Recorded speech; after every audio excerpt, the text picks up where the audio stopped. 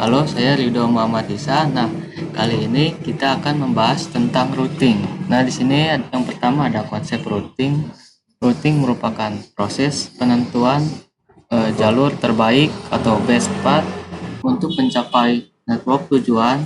Routing dapat juga diartikan sebagai proses pemindahan paket data dari host pengirim atau source ke host tujuan atau destination, di mana keduanya berada pada network yang berbeda. Mengacu pada opsi layer, maka proses routing terjadi pada layer ketiga, yaitu network layer, yang berkaitan dengan pengalamatan IP. Untuk mengimplementasikan teknik routing dalam sebuah jaringan diperlukan peralatan perantara intermediary device yang disebut router. Router merupakan perangkat jaringan yang memiliki beberapa interface jaringan dan mampu menentukan jalur terbaik atau best path yang dapat ditempuh oleh sebuah paket untuk mencapai network tujuan. Router juga dapat memindahkan paket yang masuk pada interface-nya untuk keluar di interface jaringan yang lain atau paket forwarding. Dengan kemampuan tersebut, maka router mampu menghubungkan beberapa jaringan. Salah satu perangkat router yang banyak digunakan adalah router boot dengan sistem operasi MikroTik Router OS. Nah, di sini ada klasifikasi routing, static routing dan dynamic routing. Pada MikroTik adalah dua pendekatan beda untuk menentukan jalur atau route yang akan diambil oleh paket dalam paket data dalam suatu jaringan. Berikut adalah penjelasan singkat mengenai keduanya. Nah, yang pertama ada konfigurasi manual. Dalam static routing, administrator jaringan secara manual mengonfigurasi tabel routing pada router MikroTik. Ini dilakukan dengan menentukan rute-rute yang spesifik untuk tujuan tertentu. Yang kedua ada stabilitas. Rute statik cenderung lebih stabil karena tidak ada perubahan otomatis berdasarkan kondisi jaringan. Ini membuatnya sesuai untuk jaringan yang relatif sederhana atau ketika konfigurasi rute tidak berubah sering. Nah, yang ketiga, kelebihan dan keterbatasan. Kelebihannya sederhana, mudah dimengerti, dan stabil. Terus keterbatasannya tidak dinamis, memerlukan administrasi manual yang cermat jika ada perubahan pada topologi jaringan. Di sini ada dynamic routing pada MikroTik. Yang pertama, protokol routing dinamis. Dynamic routing melibatkan penggunaan protokol routing seperti RIP, OSPF, atau BGP. Router berkomunikasi secara otomatis dengan router lain untuk bertukar informasi tentang topologi jaringan. Yang kedua, penyesuaian otomatis. Informasi tentang rute diperbarui secara otomatis berdasarkan perubahan dalam topologi jaringan. Jika suatu rute menjadi tidak valid, router dapat menyesuaikan tabel routing secara otomatis. Scalability. Dynamic routing umumnya lebih cocok untuk jaringan yang kompleks dan berkembang karena dapat menyesuaikan diri dengan perubahan secara otomatis. Yang keempat, ada kelebihan dan keterbatasan. Kelebihannya otomatis adaptif terhadap perubahan dan rasanya kompleks, memerlukan konfigurasi lebih rinci, dan dapat memiliki overhead yang lebih besar. Nah, di sini ada IGP vs EGP. Interior Gateway Protocol digunakan pada intra-autonomous system. Routing diterapkan untuk mengendalikan dalam satu organisasi. Contoh sekolah atau kampus, perusahaan atau institusi lain.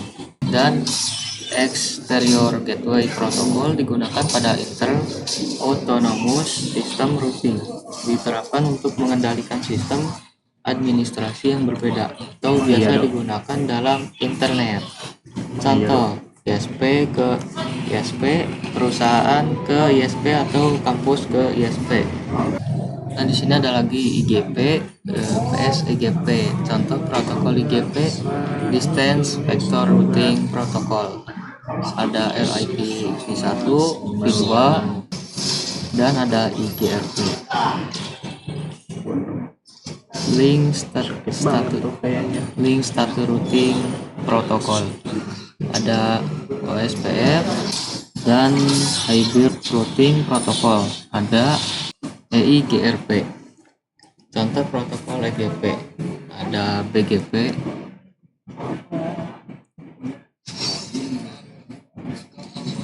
nah konsep dynamic routing dibagi menjadi dua, yaitu IGP dan EGP.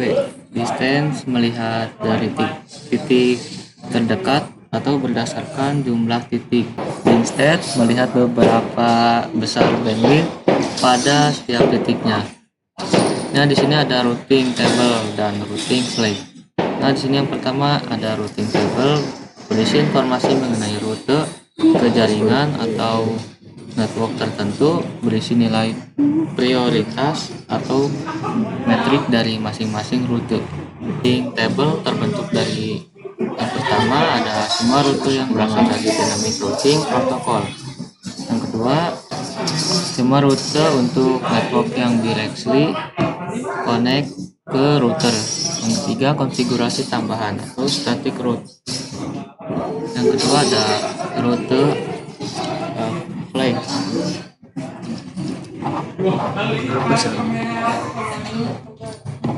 Nah, di sini ada konsep static route. Static routing dibuat dengan cara menambahkan jalur manual ke routing table. Pada static route perlu menambahkan parameter routing atau DST address dan gateway secara manual ke dalam routing table. Nah, static routing mudah dikonfigurasikan pada jaringan skala kecil, membutuhkan resource yang ringan, tidak cocok digunakan untuk jaringan skala besar. Manual konfigurasi setiap penambahan jaringan baru. Nah, di sini ada lab static routing. Berikut ini merupakan topologi yang akan kita gunakan nantinya dalam kasus lab static routing, dan kita membahasnya secara bertahap dari mulai 1, 2, dan 3. Nah, di sini ada static routing, 2 router. Kapan menggunakan static routing? Static routing lebih cocok jika digunakan pada perusahaan kecil atau skala kecil, karena pada perusahaan tersebut jaringan yang digunakan tidak begitu besar dan kompleks. Catatan, routing dilakukan jika jumlah router yang terdapat pada topologi jaringan lebih dari 1. Nah, di sini cara mengkonfigurasi 2 router untuk saat ini. Nah, sini kita langsung saja mempraktekannya. Pertama-tama teman-teman harus mempersiapkan atau menyalakan VNet terlebih dahulu di VMware, lalu kita membuat topologinya. Nah, untuk menambahkan topologinya di sini bisa mengikuti langkah-langkah yang sudah saya buat.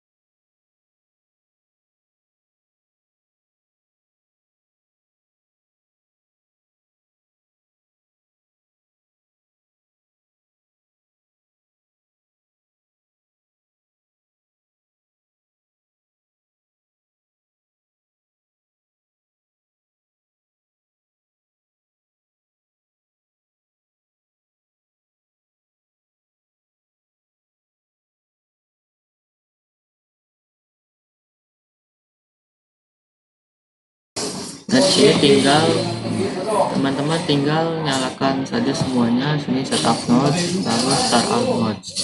Nah, untuk melihat IP gateway yang terdapat pada ISP, teman-teman bisa ke VMware aja. Nah, sini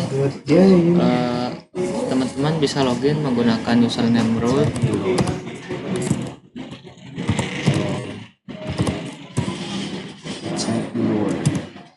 Lalu masukkan CMD-nya IP root. Nah, ini default via. Nah, ini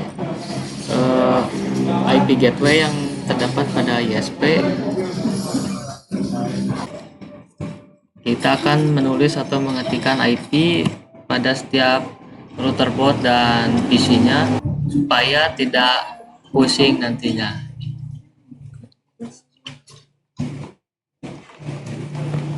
Di sini kita masukkan IP yang terdapat pada RB1.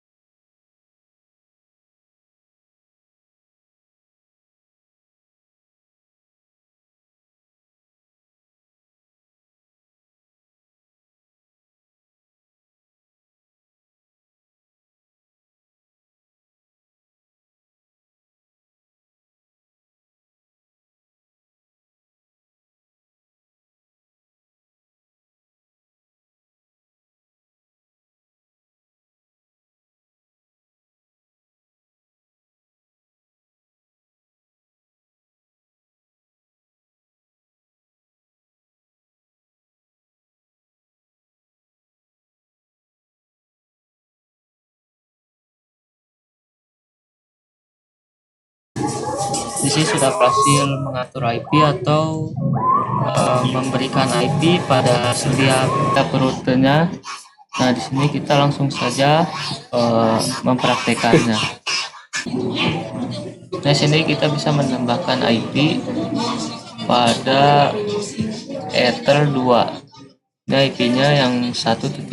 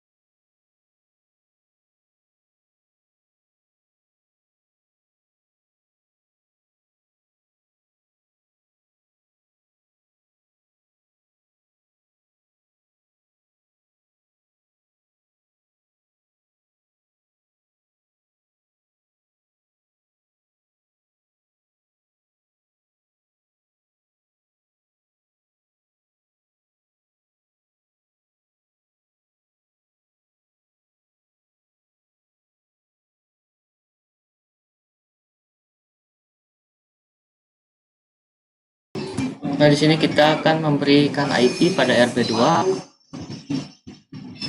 Untuk caranya,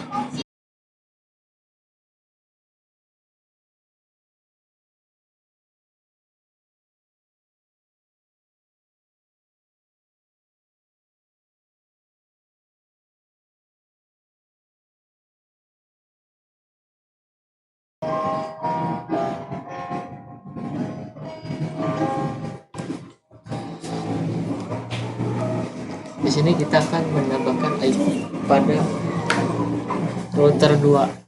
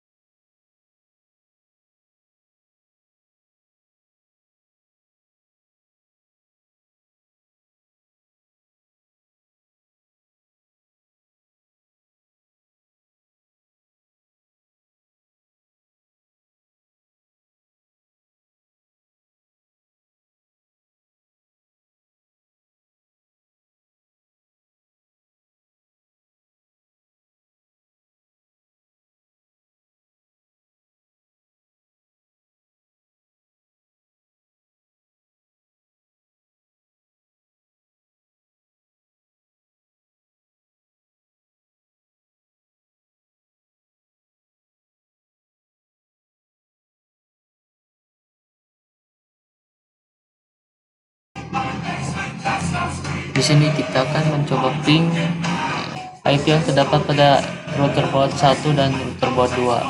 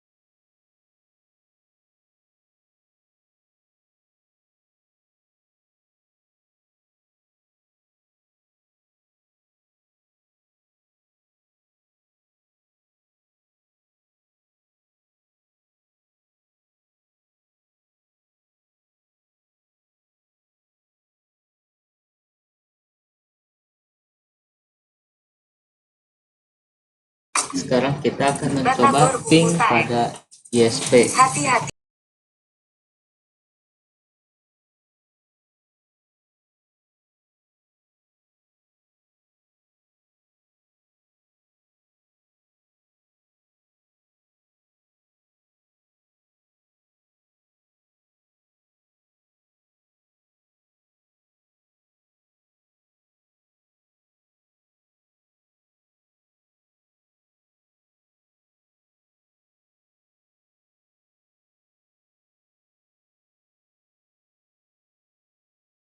Nah, di sini gagal. Coba kita akan setting pada Winbox-nya.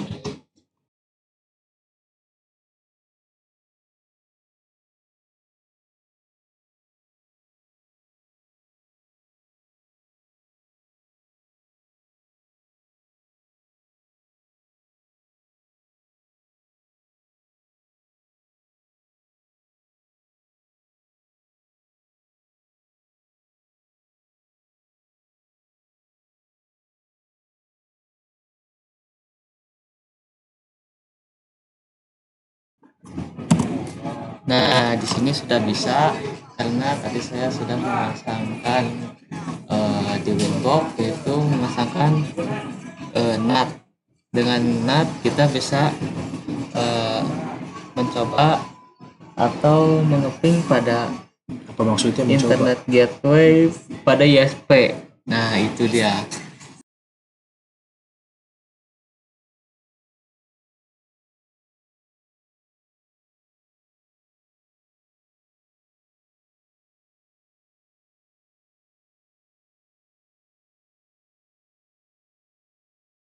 Di sini sudah berhasil semua, kita coba ping IP satu persatu. Oke, ini kita sudah berhasil. Terus yang ini juga hanya kita nyalakan PC-nya. Sebelum itu kita cek dulu IP pada PC apakah sudah terdapat IP atau belum.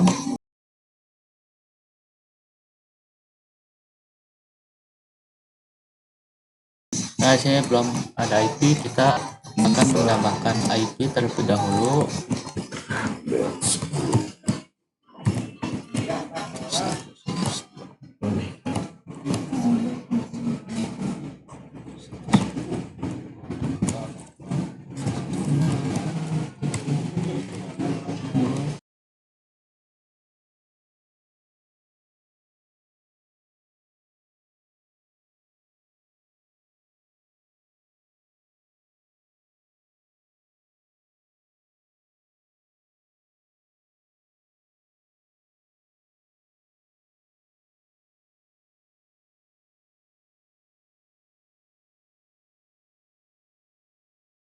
Ini udah berhasil.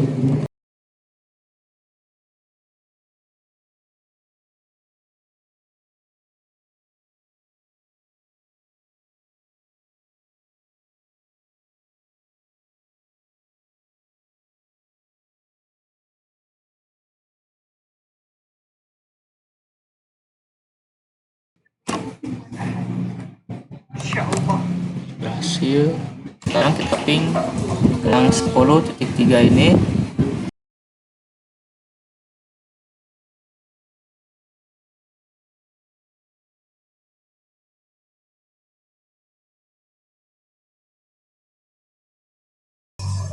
Nah, di sini sudah bisa ya teman-teman. Sekarang kita coba ping PC 2 ke PC 1.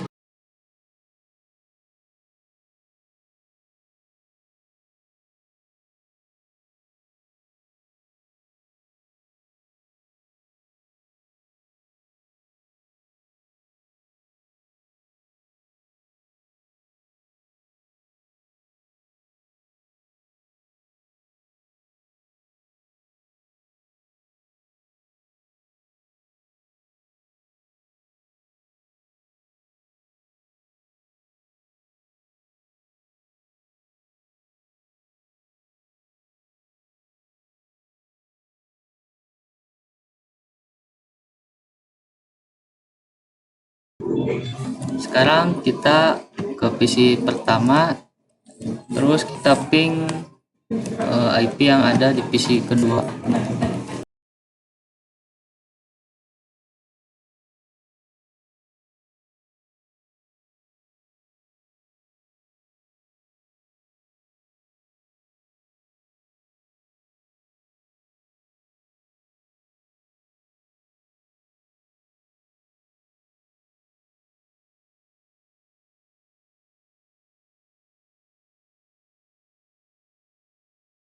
Oke, jadi di sini sudah berhasil, kita sudah berhasil ping PC pertama ke PC kedua ke PC pertama. Sekarang kita lanjut ke router ketiga. Kita buka dulu routernya, nanti kita login seperti biasa.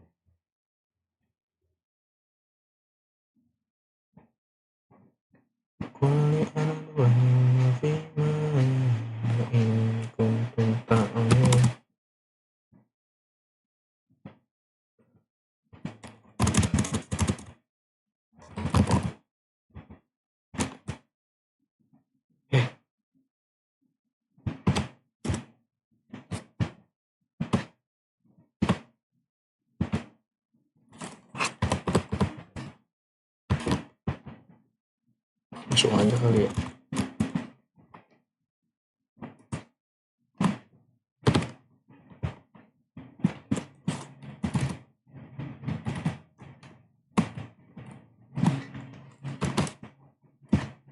Nah,